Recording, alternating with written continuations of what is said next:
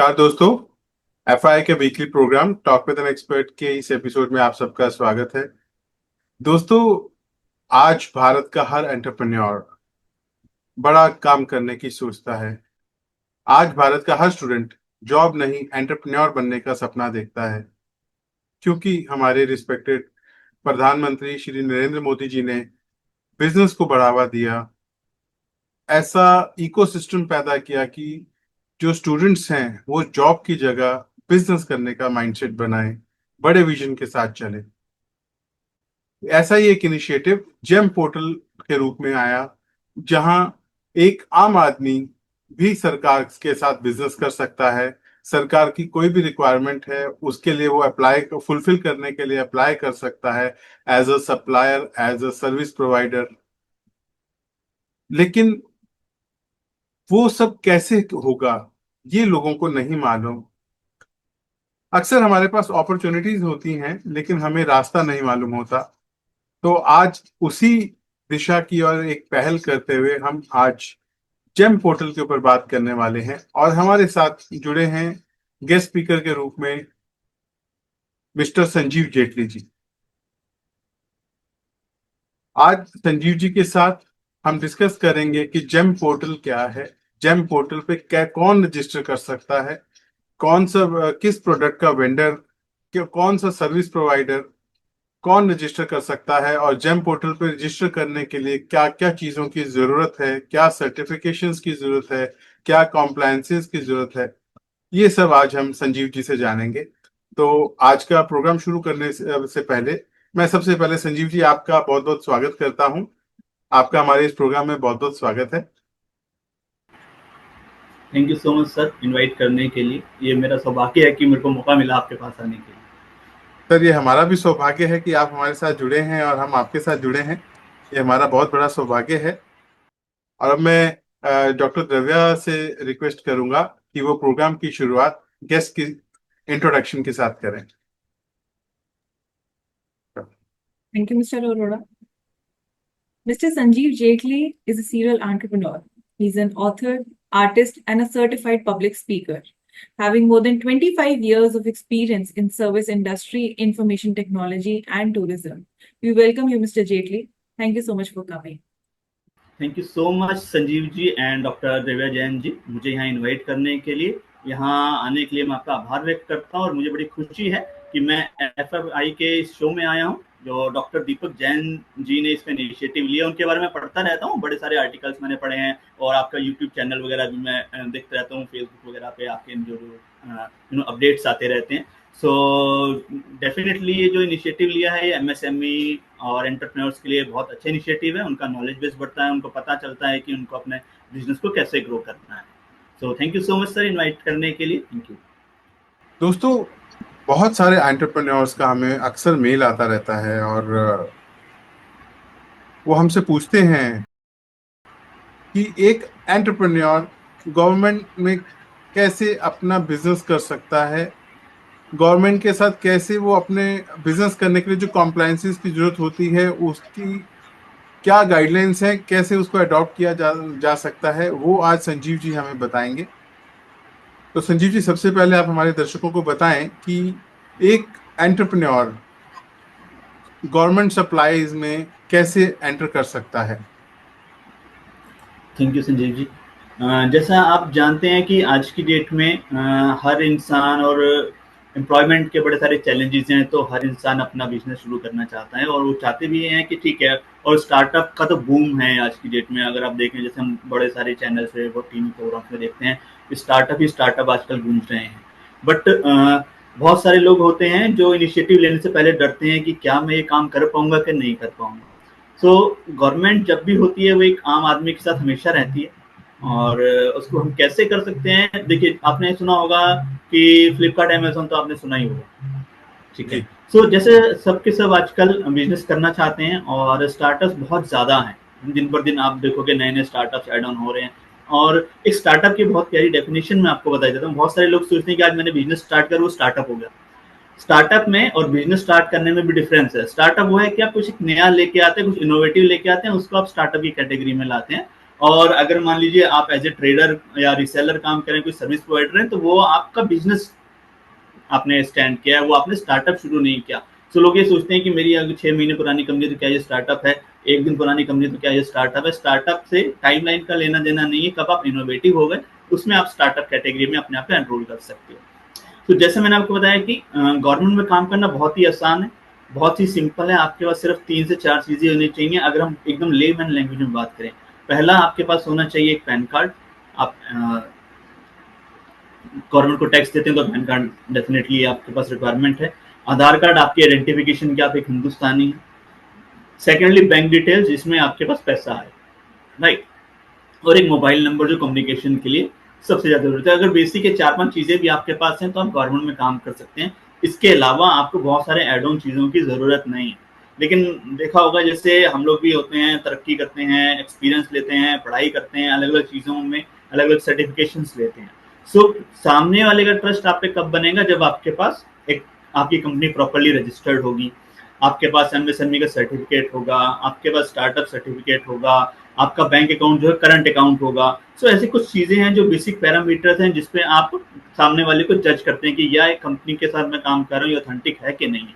सो अगर आप चाहें तो आपके पास ये सारी फैसिलिटीज हैं, ये सारी चीजें डाल सकते हैं। बट अगर इनिशियल स्टार्ट करना है, बहुत ही छोटे से स्टार्ट करना है, तो जो मैंने आपको 4 से 5 चीजें बताई वो होना ही आपके लिए काफी है। सो उस पर आप काम इजीली कर सकते हैं। और इसके लिए गवर्नमेंट ने ऑलरेडी पोर्टल बनाया हुआ है जिसको हम कहते हैं जेम के नाम से जाना जाता है, GeM government e market place. और इसमें आप बहुत सारे प्रोडक्ट्स, कुछ भी प्रोडक्ट जिसमें आप मैन्युफैक्चरर हैं, रिसेलर हैं, डिस्ट्रीब्यूटर हैं, कुछ भी हैं तो आप बेच सकते हैं। और साथ साथ बहुत सारी सर्विसेज भी हैं। सपोज कीजिए कि आप कोई भी चीज, जैसे कंप्यूटर्स की बात करें, इलेक्ट्रॉनिक्स की बात करें, दवाइयों की बात करें, तो आप ऑथराइज नहीं है उन चीजों को बेचने के लिए, तो कोई बात नहीं। लेकिन अगर आप एक सर्विस प्रोवाइडर हैं, क्योंकि होता क्या है कि जितनी भी बड़ी कंपनीज होती है ना, उनके सेल्स पार्टनर अलग होते हैं, सर्विस पार्टनर्स अलग होते हैं। Mister Jaitley, as a vendor, as a supplier, कौन कौन रजिस्टर कर सकता है जेम पोर्टल पे और कैसे रजिस्टर कर सकते हैं? जेम पे रजिस्टर करने के लिए तो देखिए, जैसे ही आप गूगल पे जेम रजिस्ट्रेशन डालेंगे तो आपके पास एक पूरी लाइन आ जाएगी जिसमें से आधे से ज्यादा पेड कंपनीज होंगी जो अपने आप को जेम कंसल्टेंट कहती हैं, और वो आपसे कंसल्टेंसी का पैसा लेती हैं। तो जब भी आप कोई भी गवर्नमेंट की साइट पर रजिस्टर करें तो आप ये जरूर ध्यान रखिए कि वो जो वेबसाइट है वो क्या वो gov.in से क्लोज हो रही है या nic.in से क्लोज हो रही है। इसी से ऑथेंटिक हो जाता है कि गवर्नमेंट की ओरिजिनल वेबसाइट है जहाँ पे आप रजिस्ट्रेशन करेंगे। और रजिस्ट्रेशन एकदम फ्री ऑफ कॉस्ट है, इसका कोई चार्ज नहीं है। अब आपने पूछा कि कौन कौन रजिस्टर कर सकता है, जैसे मैंने बताया एक नॉर्मल जो दुकानदार है वो भी कर सकता है, बट उसमें भी कैटेगराइजेशन है। जैसे अगर आप सिंगल ओनर हैं और आपने कंपनी को कहीं रजिस्टर नहीं करा रखा, तो आप एज ए प्रोप्राइटरशिप कंपनी, हम सब जानते हैं प्रोप्राइटरशिप कंपनी बहुत सारे लोग एज ए प्रोप्राइटर काम करें हैं, तो कोई भी प्रोप्राइटर है वो उसे रजिस्टर कर सकता है। प्राइवेट लिमिटेड कंपनी है वो रजिस्टर कर सकते हैं, पार्टनरशिप फर्म है वो रजिस्टर कर सकते हैं, कोई ट्रस्ट है जिसमें गवर्नमेंट से फंडिंग आती है वो कर सकते हैं, और कोई भी पीएसयूज है वो भी रजिस्टर कर सकते हैं। सो इनमें से कोई भी रजिस्टर कर सकता है, बट ये है कि जब आप रजिस्ट्रेशन के लिए अपना कैटेगरी चूज करेंगे तो उसके अकॉर्डिंग आपको डॉक्यूमेंट्स अपलोड करने हैं। अगर आप प्रोप्राइटर हैं तो सिर्फ आप ही का पैन कार्ड चल जाएगा, लेकिन अगर आपकी कंपनी है तो कंपनी का पैन कार्ड आएगा, कंपनी का सीआईएन नंबर आएगा, तो सारी डिटेल्स कंपनी के अकॉर्डिंग आएंगी। जी, इसमें एक बात और बताएं कि जैसे आपने बताया कि कोई भी रजिस्टर कर सकता है जी, ना? लेकिन कुछ वैलिडेशन या कुछ कॉम्प्लायंसेस, कुछ सर्टिफिकेट्स हैं जो अगर कोई इम्प्लीमेंट करता है तो उसका ट्रस्ट लेवल बढ़ जाता है। तो जी बिल्कुल, ट्रस्ट लेवल तो एक ठीक है, वो तो एक जरूरी है। और अगर कोई गवर्नमेंट के साथ काम करना चाहेगा और उस पोर्टल पर रजिस्टर करेगा तो वो नेचुरली ट्रस्टवर्दी होगा, हम ये मानते हैं। और बिल्कुल। इसमें सवाल ये है कि क्या इन सर्टिफिकेशंस की बेस पे गवर्नमेंट की तरफ से उनके जो पोर्टल है, जेम पोर्टल जिसकी हम बात कर रहे हैं आज, क्या कोई लिमिट भी तय है कि अगर प्रोप्राइटरशिप फर्म होगी तो इतना लिमिट कर सकता है, अगर प्राइवेट लिमिटेड होगी तो ये इतना लिमिट कर सकता है, और अगर उसके सर्टिफिकेशन एमएसएमई वगैरह जैसे स्टार्टअप सर्टिफिकेट्स होंगे तो उसकी लिमिट ज्यादा होगी? जी क्या ऐसा लिमिट्स का भी कोई डिफाइन है? सर, लिमिट का नहीं है लेकिन बेनिफिट्स का है। जैसे मान लीजिए आप प्रोप्राइटरशिप फर्म है, राइट, और आप एक मतलब मेल है, राइट। सो उस केस में आप बिजनेस जितना भी करें कोई दिक्कत नहीं है, लेकिन बहुत बार जब टेंडरिंग होती है तो आपने सुना होगा ईएमडी, अर्नेस्ट मनी डिपॉजिट, और कई सारी जो बिडिंग में जरूरत होती है चीजें। जी, अगर आप एमएसएमई में सर्टिफाइड हैं तो मैक्सिमम टेंडर्स में वो आप क्वालिफाई हो जाते हैं, हम आपको देने की जरूरत नहीं होती, एग्जेम्पशन आपको मिलता है। ठीक है, ऐसे कोई वुमेन एंटरप्रेन्योर है तो उसको अलग से एग्जेम्पशंस मिलते हैं। और बहुत सारी गवर्नमेंट ऑर्गेनाइजेशंस में ये रूल होता है कि आप कोशिश करें कि जो ज्यादा ऑन एन एवरेज 30% जो आपको बजट अलॉटेड है उसका जो भी प्रिक्योरमेंट है वो आप उन्हीं कंपनी से करो जो एमएसएमई में रजिस्टर्ड हैं, स्टार्टअप में रजिस्टर्ड हैं, और साथ ही साथ में entrepreneurs हैं। तो ऐसे कई कई जगहों पे ऐसे बेनिफिट्स हैं। और इवन एससी और एसटी में भी अगर किन्होंने कुछ रजिस्ट्रेशन कर रखे हैं तो वहां पे भी आप उन चीजों को ले सकते हैं। तो बेनिफिट ये है कि अगर आपके सर्टिफिकेशन हैं तो आपके कॉम्प्लाइंसेस जो थोड़े से कम हो जाते हैं और सरकार भी उसमें आपकी मदद करती है। एमएसएमई में रजिस्ट्रेशन के लिए क्या एक जिस इंसान के पास ये सिर्फ 4 चीजें हैं, Aadhaar card, PAN card, bank account और फोन नंबर, क्या एमएसएमई सर्टिफिकेट के लिए ये भी रजिस्टर कर सकता है या बिल्कुल सर। एमएसएमई के लिए अलग से? नहीं ओके। नहीं सर, जिसके पास ये 4 चीजें हैं वो भी कर सकता है। और इसमें एक एडवांटेज और मैं बता दूं, जैसे आप एमएसएमई में रजिस्ट्रेशन करते हैं तो जैसे मैंने, जैसे जेम का कोई फीस नहीं है, एमएसएमई भी फ्री ऑफ कॉस्ट है। प्रोसेस वही है कि जब आप साइट देखें तो गवर्नमेंट की ओरिजिनल साइट होनी चाहिए, क्योंकि अगर आप किसी थर्ड पार्टी साइट पे चले जाएंगे तो आपसे एडिशनल चार्जेस लेते हैं। तो जेम का रजिस्ट्रेशन भी फ्री है, एमएसएमई का भी फ्री है। और एमएसएमई में जब आप रजिस्ट्रेशन करते हैं तो पहले क्या होता था कि सिर्फ मैन्युफैक्चरर्स के लिए या ट्रेडर्स के लिए ऑप्शन होता था, अब सर्विसेज में भी आप एमएसएमई को रजिस्टर कर सकते हैं। जी संजीव जी, हमारा जो दर्शकों में से अगला सवाल आया है वो, जैसे हम एमएसएमईज की बात कर रहे हैं जिनका बिजनेस बहुत बड़ा नहीं है या जो स्टार्टअप्स हैं जिन्होंने शुरुआत की है, जिनकी टर्नओवर जी कम जी जी बिल्कुल। है ना, तो ऐसे लोग क्या करते हैं, अक्सर उनके पास मल्टीपल सर्विसेज और प्रोडक्ट्स होते हैं जिनमें वो डील करते हैं। तो राइट। जेम पोर्टल पर रजिस्टर करने के लिए क्या कोई एक पर्टिकुलर प्रोडक्ट का रजिस्ट्रेशन होता है या मल्टीपल प्रोडक्ट्स का भी कर सकते हैं, प्रोडक्ट और सर्विसेज मिलाकर भी कर सकते हैं, ऐसा कोई प्रोविजन है या कोई एक स्पेसिफिक प्रोडक्ट का ही हमें रजिस्ट्रेशन करना होता है? सर देखिए, अगर हम अपनी कंपनी के ऑर्गेनाइजेशन की बात करते हैं तो जब भी हम जीएसटी लेते हैं तो हम उसमें बताते हैं कि हम किस कार्य प्रणाली में है या कौन कौन से प्रोडक्ट्स हम बेचना चाहते हैं, कौन कौन सी सर्विस हम प्रोवाइड करना चाहते हैं। सपोज कीजिए कोई इलेक्ट्रॉनिक्स की कंपनी तो इलेक्ट्रॉनिक्स से रिलेटेड सारा डालेगी, कोई मेडिकल इक्विपमेंट की तो मेडिकल इक्विपमेंट से रिलेटेड डालेगी। बट अभी क्या है कि अभी सारे लोग प्रोडक्ट्स, मल्टीपल प्रोडक्ट्स अलग अलग डाल रहे हैं। कोई स्टेशनरी भी डाल रहा है, वही हाउसकीपिंग के प्रोडक्ट्स भी डाल रहा है, वही आईटी सर्विसेज भी डाल रहा है। बट इसको बहुत अच्छा फिल्टर करने के लिए गवर्नमेंट ने क्या किया है, जेम में क्या किया गया है कि आप जिसके ऑथराइज डिस्ट्रीब्यूटर, रिसेलर या सर्विस प्रोवाइडर हैं, सो आप वो प्रोडक्ट बेच सकते हैं। सपोज कीजिए मैं ए बी और सी कंपनीज के लैपटॉप बेचना चाहता हूँ, सो अगर मेरे को एक कंपनी ऑथराइज करती है कि yes he is my reseller या ही मेरा डिस्ट्रीब्यूटर, तो मेरे को एक कोड देंगे, वो कोड मैं जेम के पोर्टल पे डालूंगा तो मैं वो प्रोडक्ट्स बेचने के लिए एलिजिबल हो जाऊंगा। उसमें कैटेगराइजेशन है। सो ऐसे ही जिसका मेरे पास कोड होगा और जो जो कंपनी मुझे ऑथराइज करेगी तो मैं वो सारे प्रोडक्ट्स बेच सकता हूँ। ये तो हो गया जब बहुत बड़ी बड़ी कंपनीज हैं, बड़े बड़े इक्विपमेंट्स हैं, या नॉन कंपनीज है, जैसे स्टेशनरी में अलग नॉन कंपनीज हैं, इलेक्ट्रॉनिक्स में अलग नॉन कंपनीज हैं, ठीक है, खाद्य पदार्थों में अलग नॉन कंपनीज हैं, राइट। बट क्या मैं एक मैन्युफैक्चरर हूँ, मान लीजिए मैं स्टेशनरी के बहुत सारे प्रोडक्ट्स बनाता हूँ या मैं कोई भी इक्विपमेंट्स बनाता हूँ, तो क्या मैं वो बेच सकता हूँ? मैं वो भी बेच सकता हूँ, बशर्ते मेरे पास उसका ट्रेडमार्क होना चाहिए, तो मैं अपने ब्रांड से बेच सकता हूँ। सो अपने आप को एज ए ब्रांड एस्टेब्लिश करता हूँ। मैं फर्नीचर बनाता हूँ तो जैसे मल्टीपल बड़े बड़े ब्रांड्स हैं, तो क्या उसमें एक छोटा ब्रांड भी अपना सामान बेच सकता है सेम क्वालिटी में, उससे बढ़िया क्वालिटी में? जरूर बेच सकता है। आपको एज ए वेंडर अपने आप को रजिस्टर करना पड़ेगा, उसका एक प्रोसेस है वेंडर असेसमेंट का। सो वो अलग अलग, जैसे पहले जो होता, पहले राइट्स क्यूसीआई करती थी, क्वालिटी कंट्रोल ऑफ इंडिया, वो आपको ऑथराइजेशन देती थी कि यस मैंने इसको टेस्ट कर लिया है और अब ये अपने प्रोडक्ट्स को जेम के पोर्टल पे बेचने के लिए तैयार है। और जैसे ही मेरे को ऑथराइजेशन मिलता था तो मैं अपने डीलर और डिस्ट्रीब्यूटर की चेन भी उस पर बना सकता था। एक पर्टिकुलर प्रोडक्ट को मैं मल्टीपल लोकेशंस पे अलग अलग डीलर और डिस्ट्रीब्यूटर के तहत बेच सकूं। तो आज भी वही है, अब राइट्स उसका ऑडिट करती है और जब राइट्स उसको ऑथेंटिकेट कर देती है तो उसके बाद मैं वो प्रोडक्ट्स बेच सकता हूँ। तो मैं मैन्युफैक्चर भी हो सकता हूँ एज एन इंडिविजुअल, बड़े सारे प्रोडक्ट को मैं अलग अलग मैन्युफैक्चर कर सकता हूँ। बट मैं उसके सारे के सारे सर्टिफिकेशन में फॉलो करूँ, मेरे पास सारे लाइसेंसेस होने चाहिए, तभी वो मेरे को क्वालिफाई करेंगे, अदरवाइज मेरे को डिस्क्वालीफाई कर देंगे। और सर ये पीएसी क्या होता है और ये इसकी क्या जरूरत होती है?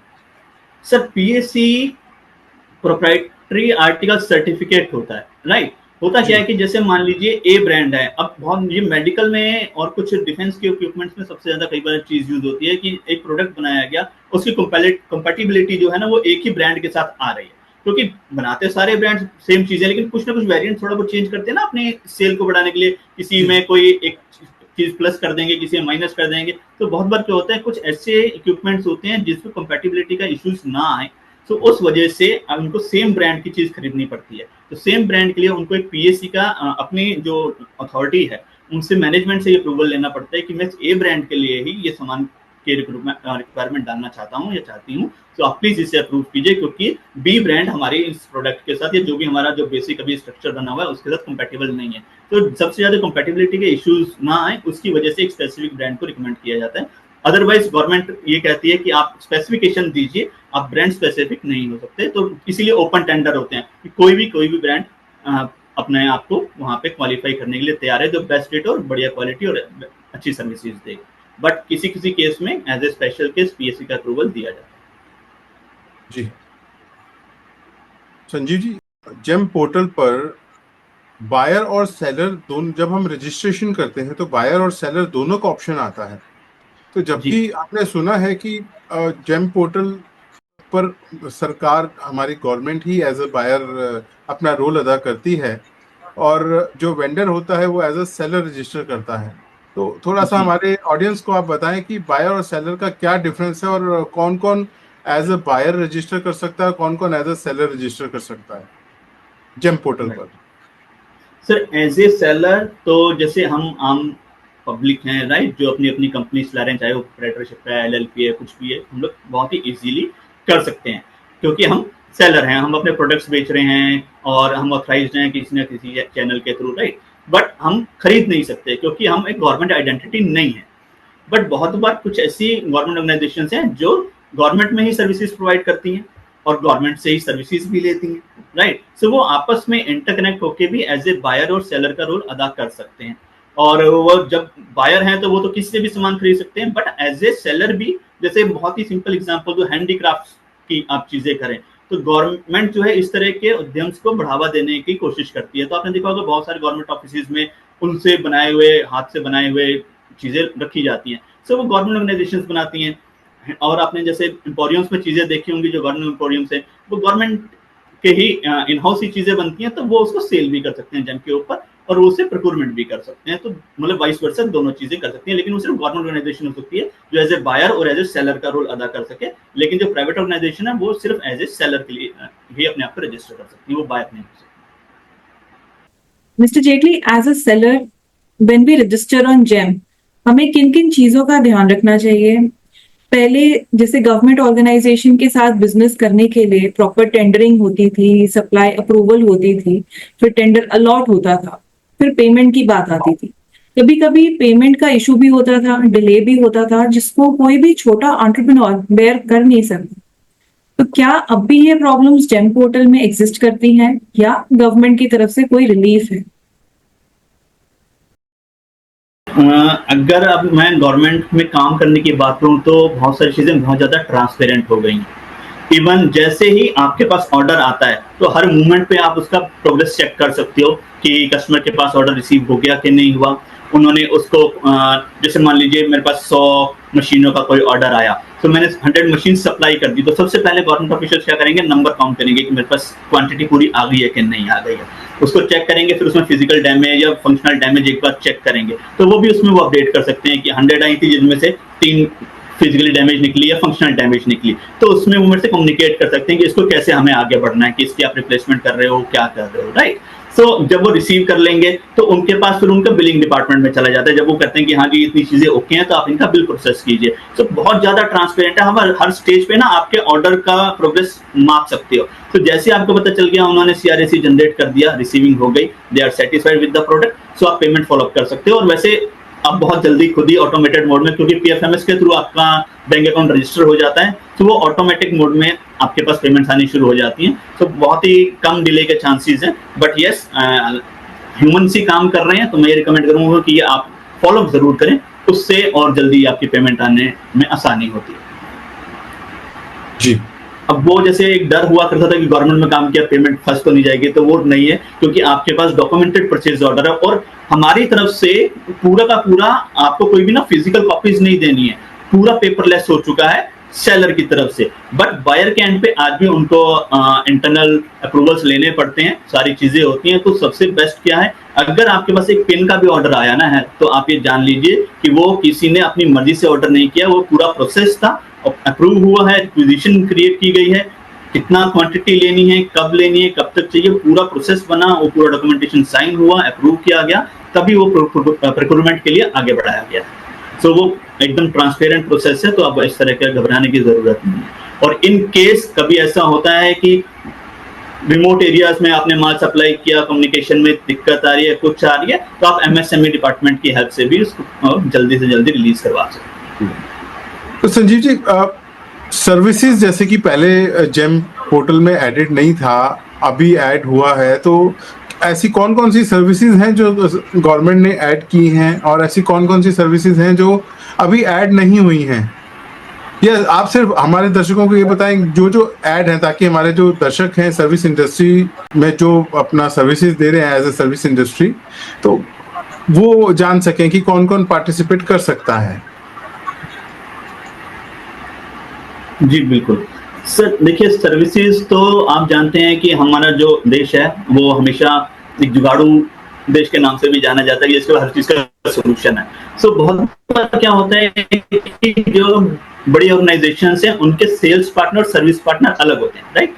क्योंकि सेल्स पार्टनर है वो प्रोडक्ट सेल करेंगे, सर्विस पार्टनर जैसे हम हमेशा जाते हैं किसी भी सर्विस सेंटर में जाते हैं, हमारी घड़ी खराब हो गई सर्विस सेंटर जाएंगे, मोबाइल खराब हो गया सर्विस सेंटर जाएंगे, राइट?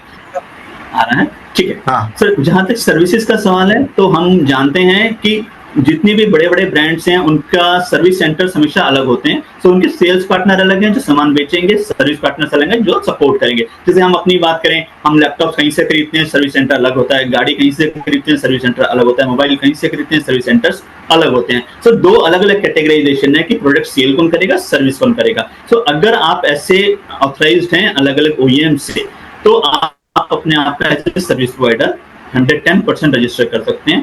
पहले यस डेफिनेटली प्रोडक्ट्स के मुकाबले में सर्विसेज बहुत कम कैटेगरीज ओपन हुई थी, बट धीरे धीरे उसमें बहुत चीजें ऐड हो रही हैं। उसमें ट्रांसपोर्टेशन सर्विसेज ऐड हो चुकी हैं, उसमें मैन पावर सर्विसेज ऐड हो चुकी हैं, उसके अंदर कंसल्टेंसी सर्विसेज ऐड हो चुकी हैं, हॉस्पिटैलिटी सर्विस ऐड हो गई है, एडवर्टाइजमेंट सर्विस ऐड हो गई हैं, और भी जब आप पोर्टल खोलेंगे तो आपको एन नंबर ऑफ सर्विसेज वहां दिखाई देंगी। तो आप बहुत सारी सर्विसेज में अपने आप को एज एन OEM भी रजिस्टर कर सकते हैं अगर आपके पास ऑथराइजेशन है। अगर ऑथराइजेशन नहीं है लेकिन आप उस काम को एक अच्छे लेवल पे कर रहे हैं, तो आप without as an non OEM भी अपने आप को रजिस्टर कर सकते हैं। तो उसके लिए कुछ पैरामीटर जरूर हैं, वो आपको अगर आप उसमें डालेंगे तो आपकी प्रोफाइल और अच्छे से दिखाई देगी। जेम पोर्टल पर रजिस्ट्रेशन करते वक्त बहुत सारे क्वेश्चंस हैं जो कि एक आम आदमी नहीं कर सकता, जिसके पास सिर्फ 4 चीजें हैं जैसे आपने बताया। तो ऐसे जो एक एज ए स्टार्टअप रजिस्टर कर रहा है अपने आप को, वो सारे क्वेश्चंस के आंसर कैसे देगा और कहां से देगा, इसका कुछ गाइडलाइंस दीजिए। सर जेम पोर्टल पे रजिस्ट्रेशन करना इतना आसान है जैसे आप अपना कोई भी ईमेल अकाउंट बनाते हैं या कोई इंस्टा का अकाउंट बनाते हैं या फेसबुक का अकाउंट बनाते हैं, उसमें बिल्कुल भी टेक्निकलिटीज नहीं है, कुछ भी टेक्निकल नहीं है। अगर आपको मोबाइल चलाना आता है तो आप बहुत ही इजीली रजिस्टर कर सकते हैं। आपके पास सिर्फ OTPs आएंगे ऑथेंटिकेशन के लिए आपके मोबाइल नंबर पे, आपको डालते जाइए और आपका प्रोसेस आगे बढ़ता जाएगा।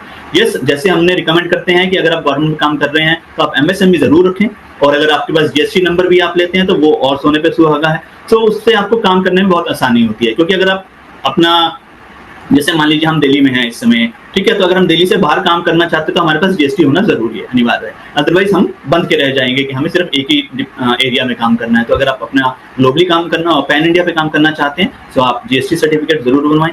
और MSME लेंगे तो वो तो बहुत ही बेनिफिट है, क्योंकि सरकार हर कदम पे आपके साथ रहती है, उसमें उसके बड़े सारे बेनिफिट्स हैं, लोन के बेनिफिट्स हैं, अगर पेमेंट डिले हो रही है उसमें आपको बेनिफिट मिलता है, वो खुद आपकी मदद करते हैं इन चीज़ों से बाहर निकलने के लिए। तो संजीव जी, आज के प्रोग्राम में हमारे सवाल इतने ही थे, तो आपसे विनती करूंगा कि आज प्रोग्राम को क्लोज करने से पहले आप हमारे दर्शकों को कोई मैसेज दें, हमारे एमएसएमईज को मैसेज दें तो। सर मैसेज में तो मैं बस इतना कहना चाहूंगा कि जो भी आप काम करते हैं उसको बड़ी ईमानदारी से करें, और जिस प्रोडक्ट लाइन में आप हैं, चाहे वो कोई भी प्रोडक्ट लाइन है, उसके बारे में ज़्यादा से ज़्यादा नॉलेज गेन करें, उनके सेमिनार्स अटेंड करें, मीटिंग्स अटेंड करें। अगर उससे रिलेटेड कोई पढ़ाई है या कोई ऐसी चीज़ है जिसमें आपकी स्किल डेवलप हो सकती है, तो अब उन चीज़ों पर ज़्यादा ध्यान दें। तो मेरे को लगता है वो सबसे बढ़िया है। बाकी तो सारे एंटरप्रेन्योर्स, आपको पता है, जो काम करने के लिए बिजनेस में जिसने मन बना लिया तो उन्हें तो कोई रोक ही नहीं सकता। एक छोटा सा शेर है, अगर आप इजाजत दें तो। जी जरूर। कहते हैं ना कि वो खुद ही जानते हैं बुलंदी आसमानों की, वो खुद ही जानते हैं बुलंदी आसमानों की, तालीम नहीं दी जाती परिंदों को उड़ाने की। तो वो सब खुद सफिशिएंट हैं, उन्हें पता है उनके लिए क्या बेहतर है। सो मेरी यही विश रहेगी कि वो सब अपने अपने काम में बहुत बेहतर रहें। और एक डर था जिनके मन में भी, हम गवर्नमेंट में कैसे काम करेंगे, तो मुझे लगता है काफ़ी क्लैरिटी उन्हें आई होगी।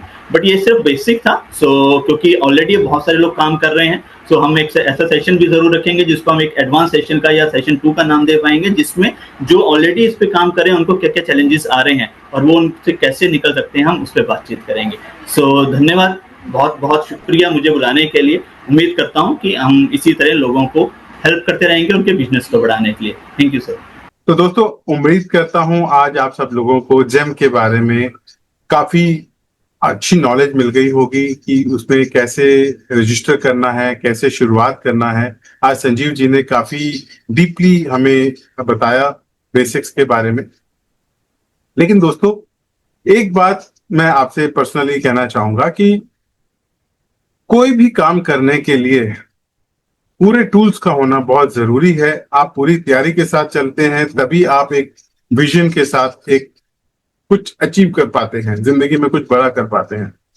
तो ठीक है, संजीव जी ने बोला कि एक बेसिक रिक्वायरमेंट जो है 4 चीजों की उन्होंने बताई, जैसे कि Aadhaar card, phone number, bank account और आपका जीएसटी नंबर। तो कोई भी शुरू कर सकता है, लेकिन बड़ा काम अगर करना है तो आपको सर्टिफिकेशंस और कंप्लायंसेस पे भी ध्यान देना जरूरी है, क्योंकि उससे आपका काम करने का दायरा बढ़ जाता है, आपकी फैसिलिटीज का दायरा बढ़ जाता है।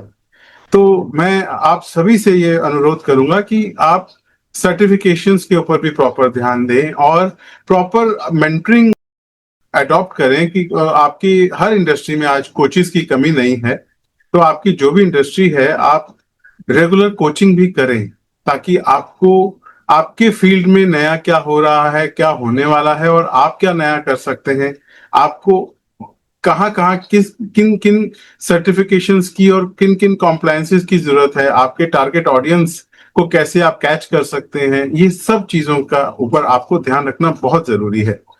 तभी आप अपने टारगेट्स को और अपने सपनों को अचीव कर पाएंगे। तो उम्मीद करता हूं आज का प्रोग्राम आप सबको बहुत पसंद आया होगा और हम जल्द ही एक और एपिसोड भी करने वाले हैं, जिसमें हम, जैसा कि संजीव जी ने बताया कि आज हमने बेसिक एपिसोड किया, बेसिक चीजें बताई जो जेम पोर्टल पे लोग रजिस्टर करना चाहते हैं लेकिन कर नहीं पा रहे हैं, उनको नॉलेज नहीं है। लेकिन ऐसे वो लोग जो ऑलरेडी जेम पे रजिस्टर्ड हैं और अपना रेगुलर अपना वहां पे काम कर रहे हैं, सप्लाई कर रहे हैं या सर्विसेज अपनी प्रोवाइड कर रहे हैं और कुछ उनको चैलेंजेस आ रहे हैं, उसके ऊपर भी हम बहुत जल्दी एक एपिसोड करेंगे। और ये सब निर्भर करता है आप लोगों के क्वेश्चंस के ऊपर। आप हमें कितने क्वेश्चंस भेजेंगे ये अब आपके ऊपर है। तो हमें इंतजार रहेगा आपके हर क्वेश्चन का, जो भी आप पूछना चाहते हैं। इसी के साथ ही मैं संजीव जी आज इजाजत चाहता हूं। नमस्कार। Thank you so much for joining us today. Tell us in the comment section how you liked our today's episode. Leave us comments about your questions, thoughts, and feedback. Do catch us live next week on Thursday at 6 p.m. on YouTube and Facebook. For regular updates, stay connected with us and subscribe to our channels. See you next week.